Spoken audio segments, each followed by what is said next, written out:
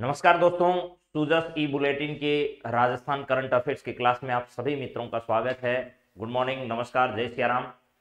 सूचना एवं जनसंपर्क विभाग राजस्थान द्वारा प्रकाशित होने वाले दैनिक समाचार पत्र सूजस ई बुलेटिन के आज 21 नवंबर 2022 के अंक में आप सभी मित्रों का स्वागत है। और आज दिनांक है 22 नवंबर 2022। तो हम लोग जो है वो रोजाना इस ई सूजस बुलेटिन पर आप लोगों से डिस्कस करते हैं जो करंट अफेयर्स के सवाल आपके एग्जाम की दृष्टि से महत्वपूर्ण होते हैं और कौन कौन सी बात आपसे परीक्षा में पूछी जा सकती है, उन सभी बिंदुओं को यहाँ डिस्कस करते हैं। तो आप सभी मित्रों का आज की इस आपसी बातचीत में स्वागत है जी। सभी को नमस्कार, जय सिया राम। अब फटाफट आ जाइए, उसके बाद आरंभ करते हैं। सबसे पहले हमेशा की तरह महात्मा गांधी के किसी कोट से हम लोग इस क्लास का आरंभ करते हैं। और आज महात्मा गांधी का कोट है कि जो जीवन के सुर में चलता है उसे कभी थकान नहीं होगी। जो जीवन के सुर में चलता है उसे कभी भी थकान नहीं होगी। जो हमेशा ये मानकर चलता है कि भाई जीवन जो है वो एक सौरम्य तरीके से हमें जीवन को आगे बढ़ाना है और हमेशा कुछ सीखते रहना है, लगातार जो है वो सबके लिए अच्छा सोचना, विनम्र रहना, मेहनत करना, ये सब जीवन के सार हैं। तो इन्हीं सुरों में जो जीवन के सुर में चलता है उसे कभी भी थकान नहीं होती है। और जीवन से ज्यादा कुछ करना या कम कुछ करने की कोशिश करता है कोई व्यक्ति, तो उसके बाद जो है वो मेरे दोस्तों उसको दिक्कत होनी शुरू हो जाती है, उसको परेशानियों का सामना करना पड़ता है। तो आप सभी मित्रों को एक बार फिर नमस्कार है जी। राजपूत भाई साहब, बहादुर सिंह यादव और विकुड़ी, चलिए कोबरा, सभी को नमस्कार। अब आरंभ करते हैं आज की बातचीत। सबसे पहले इंपॉर्टेंट बात क्या है उस पर बातचीत करेंगे आज। दोनों ही बातें इंपॉर्टेंट है। पहला तो आपके सामने जयपुर मेट्रो का विस्तार जो है उसके लिए कितनी राशि अभी राजस्थान सरकार ने स्वीकृत की है, यह भी इंपॉर्टेंट सवाल आपके लिए बन रहा है यहां से जी। सभी को नमस्कार, गुरु नोहर, नेहा, सोनी।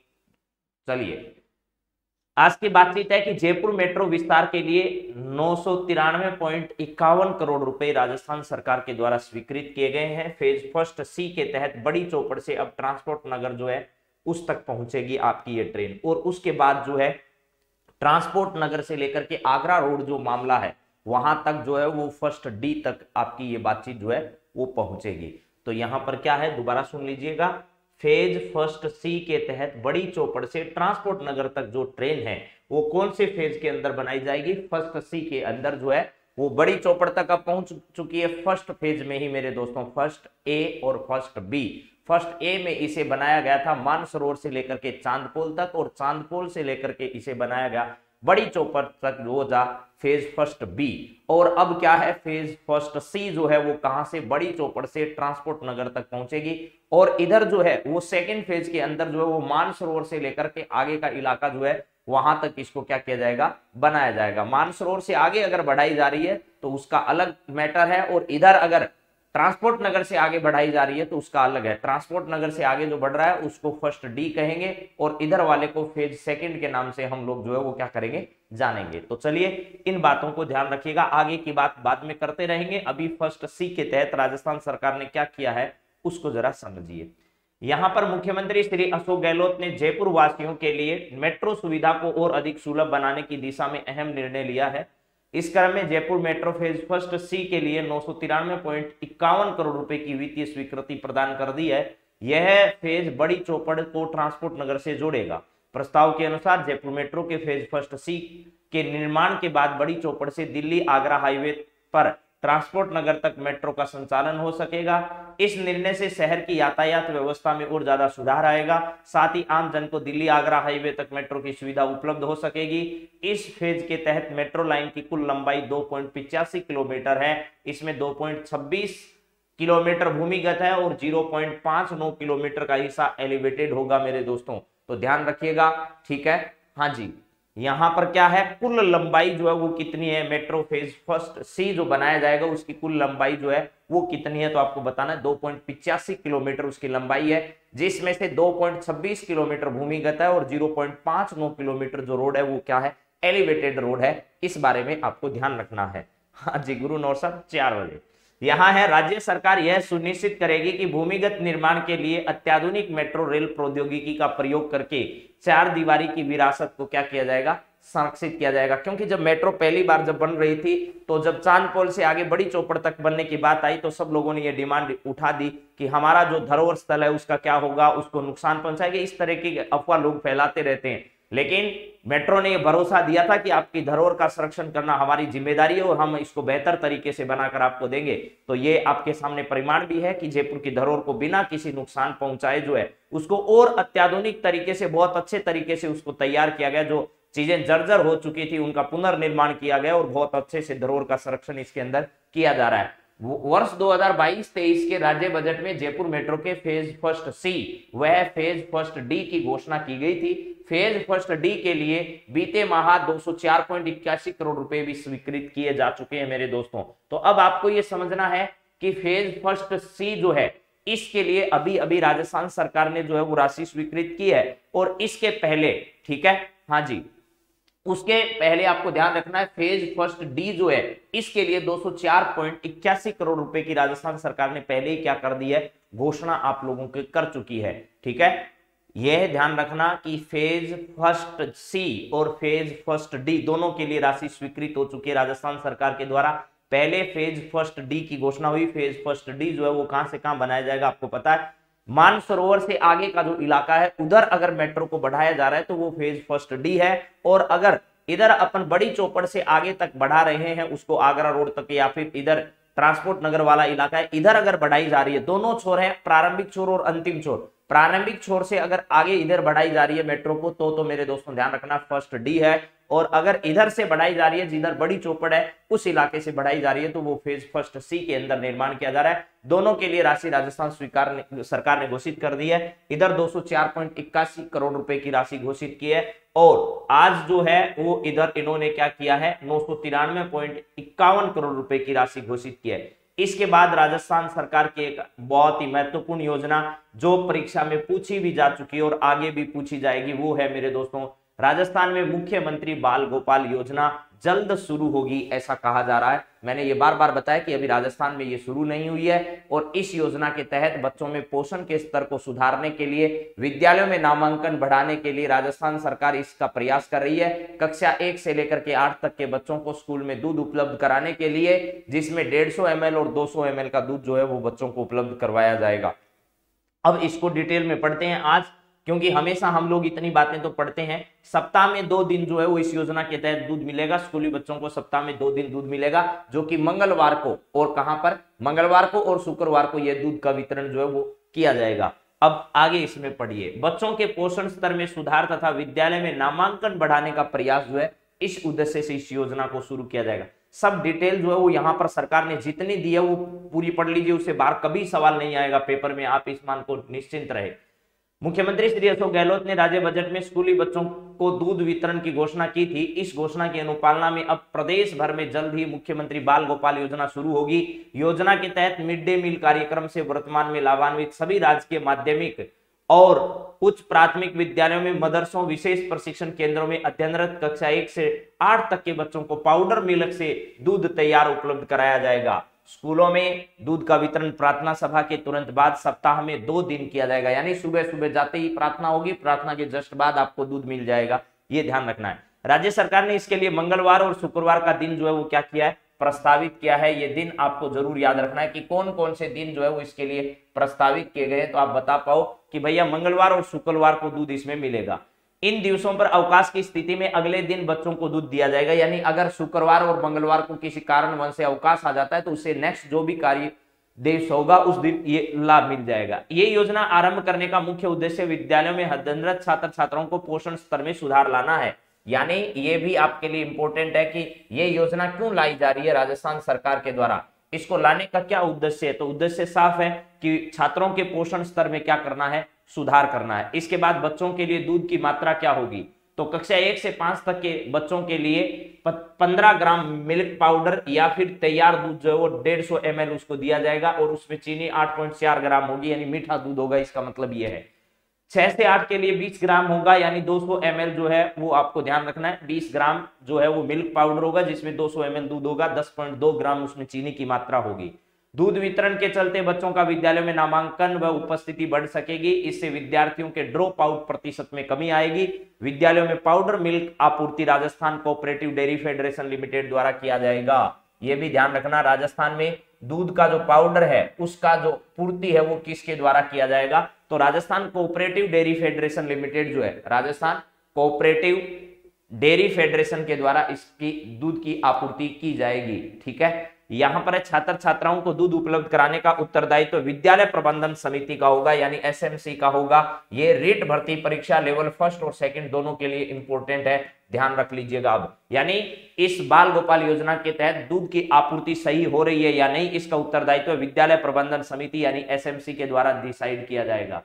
बच्चों को दूध पिलाए जाने से पहले एक अध्यापक, विद्यार्थी, अभिभावक या एसएमसी के सदस्य द्वारा पोषाहार की तरह दूध को चखकर उसका परीक्षण किया जाएगा। साथ ही इसका रजिस्टर आधारित किया जाएगा, यानी संधारित किया जाएगा का मतलब है रजिस्टर में इसका रिकॉर्ड रखा जाएगा। और योजना के प्रभावी क्रियान्वयन के लिए राज्य, जिला, ब्लॉक, पंचायत, विद्यालय स्तर पर समितियां बनेगी। विद्यालयों में दूध तैयार कर गर्म करने, वितरण तथा बर्तनों की साफ सफाई के लिए एक व्यक्ति सेवाएं ली जाएगी, ऐसा भी कहा गया है। दूध गर्म करने के लिए सिलेंडर की व्यवस्था के लिए विद्यालय को भुगतान किया जाएगा, यानी गर्म करने के लिए, दूध को गर्म करने के लिए सिलेंडर तक की व्यवस्था जो है वो राजस्थान सरकार के द्वारा की जाएगी। चलिए इसके बाद में अगली बातचीत हम करते हैं। नेक्स्ट क्या है जरा देखिए, यहाँ पर दो बातें, दोनों महत्वपूर्ण बातचीत है। पहली जयपुर मेट्रो की और उसके बाद में मुख्यमंत्री बाल गोपाल योजना जो है उसके बारे में। उसमें जरूर ध्यान रखिएगा कि भाई राजस्थान कोऑपरेटिव डेयरी फेडरेशन जो है उसके द्वारा क्या किया जाएगा, प्रबंधन किया जाएगा, और एसएमसी जो है उस दूध का क्या करेगी, प्रबंधन करेगी। मुख्यमंत्री का महत्वपूर्ण निर्णय, 4 करोड़ रुपए की राशि स्वीकृत कर दी है। किसके लिए? स्वतंत्रता सेनानी श्री केसरी चंद जी बारट साहब जो हैं, केसरी सिंह बारट है, उनकी पनोरमा अब शाहपुरा भीलवाड़ा के अंदर क्या की जाएगी, स्थापित की जाएगी, और उसके लिए यह राशि भी स्वीकृत कर दी है। ठीक है, हाँ जी, तो इस बात को ध्यान रखना। स्वतंत्रता सेनानी केसरी सिंह बारट का पनोरमा अब कहां लगेगा, तो उनके गांव में लगेगा, जहां की शाहपुरा भीलवाड़ा से संबंध इनका रहा है। देश की स्वतंत्रता के लिए राजस्थान में क्रांति की अग्नि प्रज्वलित करने वाले स्वतंत्रता सेनानी केसरी सिंह बारट के पनोरमा का निर्माण होगा। मुख्यमंत्री श्री अशोक गहलोत ने भीलवाड़ा के शाहपुरा में पनोरमा के निर्माण के लिए 4 करोड़ रुपए की प्रस्ताव की स्वीकृति प्रदान कर दी है। स्वीकृत प्रस्ताव के अनुसार पनोरमा से आम जन को वीर क्रांतिकारी श्री केसरी सिंह बारट के कृतित्व, व्यक्तित्व की जानकारी मिलेगी। और आपको पता है शाहपुरा भीलवाड़ा के अंदर इनके जो मूल इनका निवास स्थान था, वहां त्रिमूर्ति स्मारक भी बना है, जहां जोरावर सिंह बारट, प्रताप सिंह बारट और केसरी सिंह बारट जो है, इन तीनों की प्रतिमाएं वहां पर लगी हुई है। इसके लिए मुख्य पनोरमा भवन, 4 दीवारी, पाथवे, सभागार, पुस्तकालय, ऑडियो वीडियो सिस्टम, विभिन्न आर्ट वर्क, प्रवेश द्वारा, स्टेच्यू व छतरी शिलालेख सहित विभिन्न निर्माण कार्य होंगे। युवा पीढ़ी अपने अधिकारों के प्रति क्या हो, शिक्षित और जागृत होगी।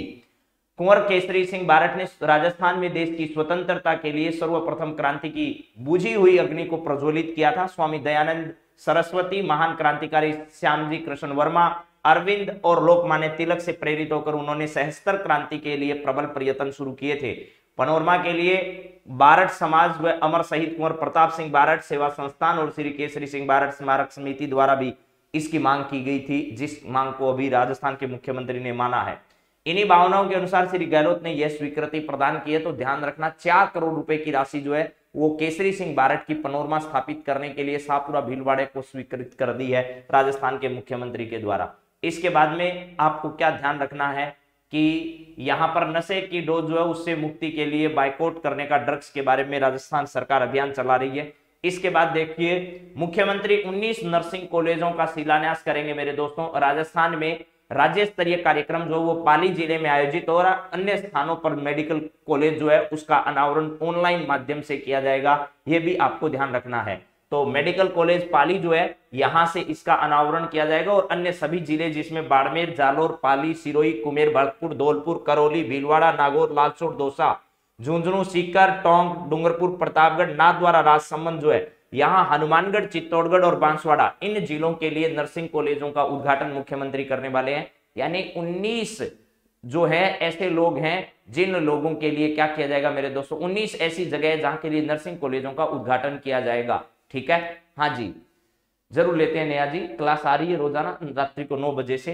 यहाँ है अशोक गहलोत जी ने मंगलवार को पाली के मेडिकल कॉलेज परिसर में आयोजित राज्य स्तरीय शिलान्यास समारोह में प्रदेश के विभिन्न 19 स्थानों पर नए राजकीय नर्सिंग कॉलेजों का शिलान्यास करेंगे। यानी आज मंगलवार है और आज की तारीख में जो है वो इन 19 नर्सिंग कॉलेजों का उद्घाटन करेंगे, क्योंकि मुख्यमंत्री ने बजट 2021-22 में ये घोषणा की थी कि राजस्थान के सभी जिलों में एक एक मेडिकल कॉलेज हम लोग खोलने वाले हैं।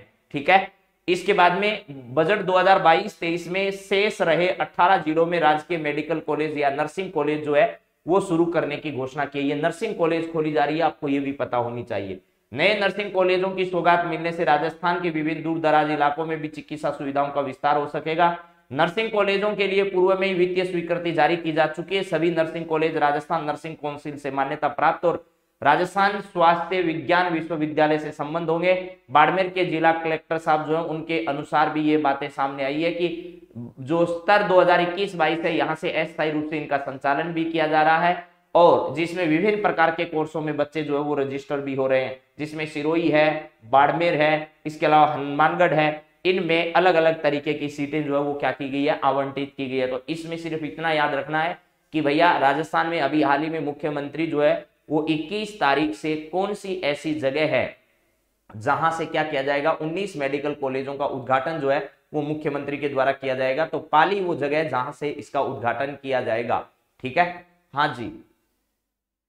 चलिए अगली बातचीत करते हैं, क्या है जरा सुनिएगा। अनुदान सहायता शिविर, फूड प्रोसेसिंग इकाइयों को 35% अनुदान के लिए शिविर मंगलवार को, यानी कृषि उपज मंडी जो है उसमें प्रधानमंत्री सूक्ष्म खाद्य उद्योग उन्नयन योजना के तहत अचार, मसाला, तेल, इन सभी के लिए यानी खाद्य पदार्थों के प्रसंस्करण के लिए क्या किया जाएगा मेरे दोस्तों, राजस्थान में सरकार जो है वो अनुदान और सहायता राशि भी प्रदान करेगी। प्लस इसके साथ साथ मेरे दोस्तों राजस्थान सरकार प्रशिक्षण भी देगी ऐसे लोगों को किस प्रकार इकाइयों को बढ़ावा दिया जा सकता है। इसके बाद में अगली बातचीत हम लोग करते हैं, हनुमानगढ़ सरकारी कार्यक्रमों में गुलदस्ते, मोमेंटो की जगह खिलौने भेंट किए जाएंगे। जिला कलेक्टर आंगनबाड़ियों के लिए खिलौने उपलब्ध कराने का अभिनव पहल की है। हनुमानगढ़ जिले में विभिन्न सरकारी कार्यक्रमों में अब गुलदस्ते और प्रतीक चिन्ह, मोमेंटो की जगह अतिथियों को खिलौने भेंट किए जाएंगे। इन खिलौनों को आंगनबाड़ी केंद्रों पर स्थापित किए जा रहे खिलौना बैंक में भेजकर बच्चों के लिए उपयोग में लाया जा सकेगा।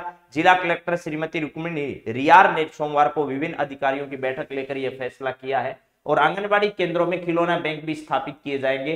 ऐसा हनुमानगढ़ जिले से शुरुआत की गई है और सरकारी आयोजनों में जो भी मोमेंटो दिए जाते हैं उन सब के जगह यहाँ पर जो है वो इस प्रकार के खिलौने वितरित किए जाएंगे।